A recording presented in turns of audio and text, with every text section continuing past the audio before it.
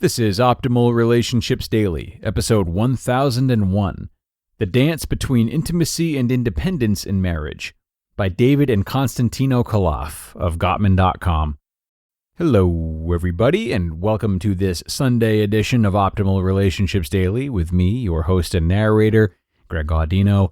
Very glad to have you with me as we offer up another post from the Gottman Institute, this time about how to balance intimacy and independence in marriage. We talk a lot here about having an identity outside of big relationships, and we also talk about how to regularly make efforts to do right by our partners and our partnerships. So let's talk today about the in-between, how to manage both, and optimize your life. The Dance Between Intimacy and Independence in Marriage, by David and Constantino Khalaf of Gottman.com. The first time apart is a rite of passage for most newly married couples.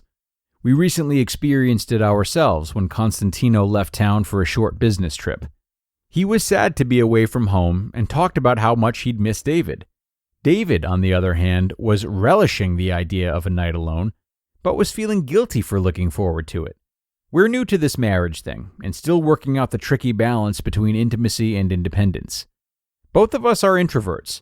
We love our friends and community dearly, but nothing is more restful to us than an evening at home alone.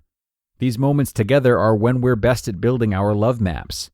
However, we like to call Constantino a duovert, meaning he's an introvert who is able to recharge not only when he's by himself, but also when he's alone with just his husband. To Constantino, David is rest. Conversely, David is more of a classic introvert. He likes to be completely alone in order to recharge. As someone who has trouble connecting with his emotions, David needs an absence of external stimuli to be able to identify his feelings and assess his internal well-being. Otherwise, he becomes disconnected from himself. Even though many of our wants overlap, there are variations in our needs for time together and time alone, and sometimes it becomes a source of stress in our relationship. In his book, The 7 Principles for Making Marriage Work, Dr. John Gottman points out that one partner often ignores the other not out of malice, but because of their respective needs for intimacy and independence. Marriage is something of a dance, Gottman says. There are times when you feel drawn to your loved one, and times when you feel the need to pull back and replenish your sense of autonomy. The potential for conflict arises when spouses fall on different points of the spectrum in terms of their needs. Some people desire more frequent connection, while others crave more independence. David is aware of his need for greater independence, but he often has trouble expressing it. Early in life, he picked up a false belief that his needs weren't important or valued, so he has trouble asking for time alone. He fears that Constantino will interpret his need for independence as rejection. Furthermore, it's often difficult for him to identify this particular need because David also loves being with Constantino. Their time together is enjoyable, so it's easy to forget that solitude is important for his well-being. Constantino loves doing even mundane things together. Errands, chores, working out. Intimacy is valuable to him even in life's routine activities. Because we continually work on strengthening our love maps, he's aware of David's need to spend time alone and can sometimes even spot it before David does. In instances like these, Constantino offers to go to a coffee shop for the afternoon or run errands alone so that David can have the apartment to himself. It's a small, kind act that yields huge rewards for the marriage and for both partners. Trouble arises when either David fails to express his need or when Constantino is feeling empty or insecure in the relationship. The two problems are often related. If David ignores his need for independence, the abundance of intimacy begins to breed resentment. When David begins to feel crowded, he pulls away emotionally and stops responding to bids or those small requests for each other's attention, humor, or support. The effect is that Constantino, who thrives on quality time and touch, senses that there's something wrong in the relationship.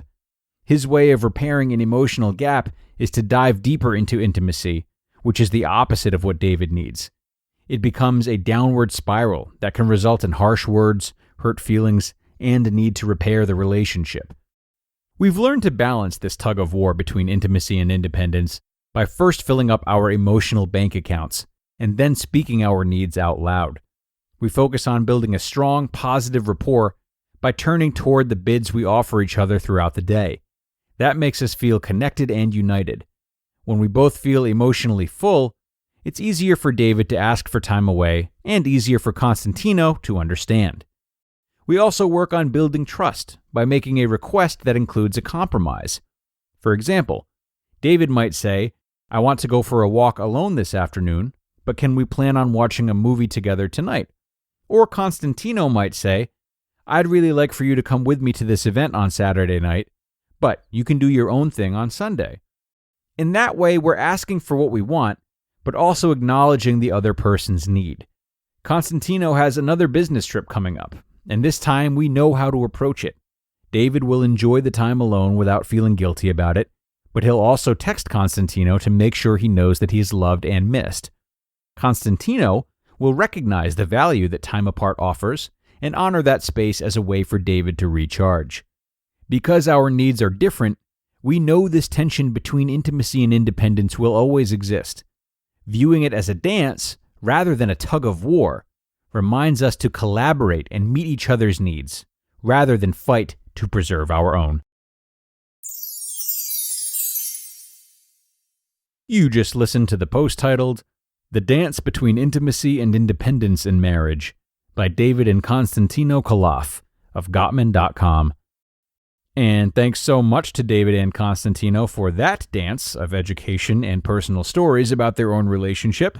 A very humanized post, especially for a center that is so focused on research like Gottman is. I think this post is especially pertinent now, and even more so for young or new couples, as the gap between avoidant and anxious attachment styles seems to be getting wider and wider. Some of us feel the need to disconnect even more. Others are more and more worried about losing others or upsetting them.